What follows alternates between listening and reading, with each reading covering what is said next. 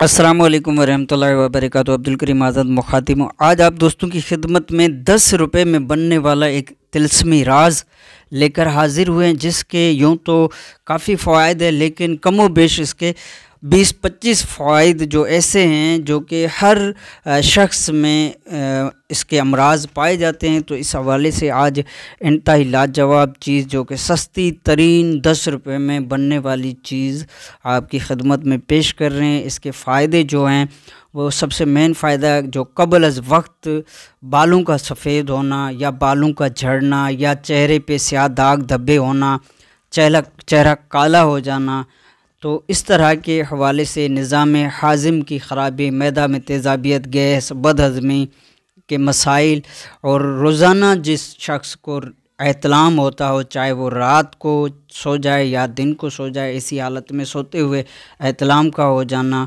कब्ज़, गैस, तेज़ाबियत, बदहज़मी, चिड़चिड़ापन, कतरों का आना या कब्ज़ का होना, ये सारे मसाइल इस एक ही दवाई से हल होंगे। और दवाई 10 रुपये से ज़्यादा ख़र्चा नहीं है, इंतहाई आसान और सोहेल तरीका, यानी कि इतना मुश्किल भी नहीं है, बिल्कुल आसान तरीका हम आपको दिखाते हैं कि क्या क्या चीज़ें ली जाएंगी और किस तरह इसको बनाया जाएगा। पूरा प्रैक्टिकल हम आपको दिखाते हैं। तो यहाँ पर गंधक, ये है गंधक और बराबर में रेठा है। ये रेठा है, तो रेठे का छिलका लेना है और गंधक लेनी है। दोनों चीज़ें बराबर वज़न लेनी है, चाहे 10-10 ग्राम हो या 50-50 ग्राम हो, वो आप पर मुनहसर है कि आप कितनी लेना चाहते हैं। तो यहाँ पर बराबर वज़न दोनों चीज़ें लें, अलग अलग इनको बारीक कर लें, गंधक को अलग बारीक कर लें, पोस्त रेठा को बीज निकाल कर सिर्फ ऊपर वाले छिलके को अलग बारीक कर लें और फिर इनको मिक्स किया जाएगा। यहाँ पर हम गंधक को बारीक करते हैं, ये मुदब्बर नहीं है, बग़ैर शुद्ध की हुई गंधक कच्ची शामिल की जा रही है। आप मुदब्बर शुद्ध भी कर सकते हैं, कच्ची की जाए तो भी हर्ज नहीं। ये पोस्त रेठा जो उसका सफ़ूफ बनाकर हमने रख लिया है, अब दोनों को करेंगे मिक्स। यहाँ पर मिक्स करके अच्छी तरह इसको खरल करेंगे ताकि थोड़ी बहुत इसमें जो रड़क है वो भी इसकी निकल जाए। यहाँ पर इसमें पोस्त रेठा शामिल कर रहे हैं जो कि बारीक सफ़ूफ बनाया हुआ है, ये शामिल करके फिर अच्छी तरह इसको खरल किया जाएगा। अच्छी तरह खरल करने के बाद ताकि इसमें अच्छी तरह ये जज़ब हो जाएं दोनों चीज़ें आपस में, उसके बाद रड़क थोड़ी बहुत होगी वो भी ख़त्म हो जाएगी। तो देखें कि अब बिल्कुल गुबार की तरह सफ़ूफ बन चुका है। तो इसमें थोड़ा सा पानी डाला जाएगा, वो भी हम आपको दिखाते हैं। पानी थोड़ा सा डालना है, ज़्यादा नहीं। यहाँ पर 1-1.5 चम्मच जितना पानी शामिल किया जाएगा, इससे ज़्यादा नहीं। तो फिर इसको अच्छी तरह खरल करें। यहाँ पे ये झाग बनेगी हल्की फुल्की, तो यहाँ पर खरल करके इसको अच्छी तरह खरल करते रहें। जितनी ज़्यादा खरल की जाएगी उतना इसका रिज़ल्ट शानदार बनता जाएगा।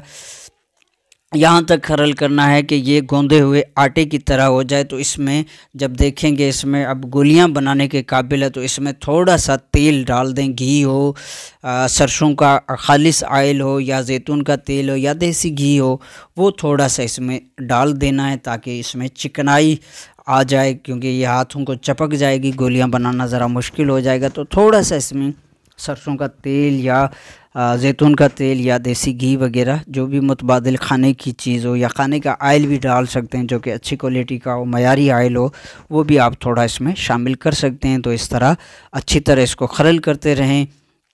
जब बिल्कुल गोंदे हुए आटे की तरह हो जाए, तब देखें कि अब ये गोलियां बनाने के काबिल है, तो उस वक्त इसमें तेल डाला जाएगा या घी डाला जाएगा।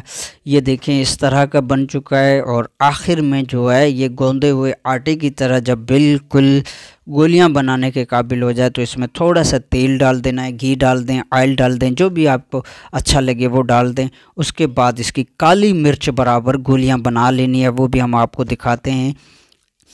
इस तरह छोटी छोटी इसकी बारीक गोलियां बना लेनी है, काली मिर्च बराबर। तो इसको खुश्क कर लेना है। खुश्क करने के बाद इसको महफूज रख लें। जब ये खुश्क हो जाए अच्छी तरह तो महफूज रख लें। आपके पास तिलस्मी दवाई तैयार है। ये सुबह शाम दूध के साथ खाने के बाद ली जाएगी एक गोली। अगर बड़ा बंदा है, वज़न ज़्यादा है, 100 kg के करीब वज़न है, तो 2 गोलियां खाई जाएंगी। परहेज़ में जो खट्टी चीज़ें हैं, बादी चीज़ें हैं, जैसे आलू हो गया, गोभी हो गई, चावल हो गया, मछली, अंडा, पराठा, इस तरह की जो बादी चीज़ें हैं, अचार हो गया, ये सारी चीज़ें बंद की जाएगी, क्योंकि ये मर्ज़ जो है क़ब्ल अज़ वक्त, जो पहले बाल सफ़ेद होते हैं, ये भी खुश्क सर्द मिजाज का मर्ज़ है। इसमें निज़ाम हाज़िम बुरी तरह ख़राब हो जाता है, तो बाल धीरे धीरे सफ़ेद होना शुरू हो जाते हैं। इसी तरह बालों का झड़ना भी निज़ाम हाज़म की ख़राबी से पैदा होता है। और इसी तरह रोज़ाना की बुनियाद पर एहतलाम हो रहे हो, चाहे दिन हो चाहे रात हो, कतरे आ रहे हों, तो ये भी निज़ाम हाज़म की ख़राबी की वजह से पैदा होता है। तो इन अमराज़ में आप बेफ़िक्र होकर इसको इस्तेमाल कर सकते हैं। दूध के साथ इस्तेमाल करें और इन चीज़ों का ही परहेज़ लाजमी करें। परहेज़ के बगैर ये चीज़ें फ़ायदा नहीं करेंगी, सिर्फ आर्जी फ़ायदा होगा। जब तक दवाई खाते रहो फ़ायदा होगा, जैसे ही दवाई छोड़ी फ़ायदा नहीं होगा, वही मर्ज़ दोबारा लौट कर आएगा। तो इसीलिए परहेज़ करें, परहेज़ के साथ दवाई इस्तेमाल करें, कभी मायूसी नहीं होगी। आपकी दुआओं का तालिब, अब्दुल करीम आज़ाद।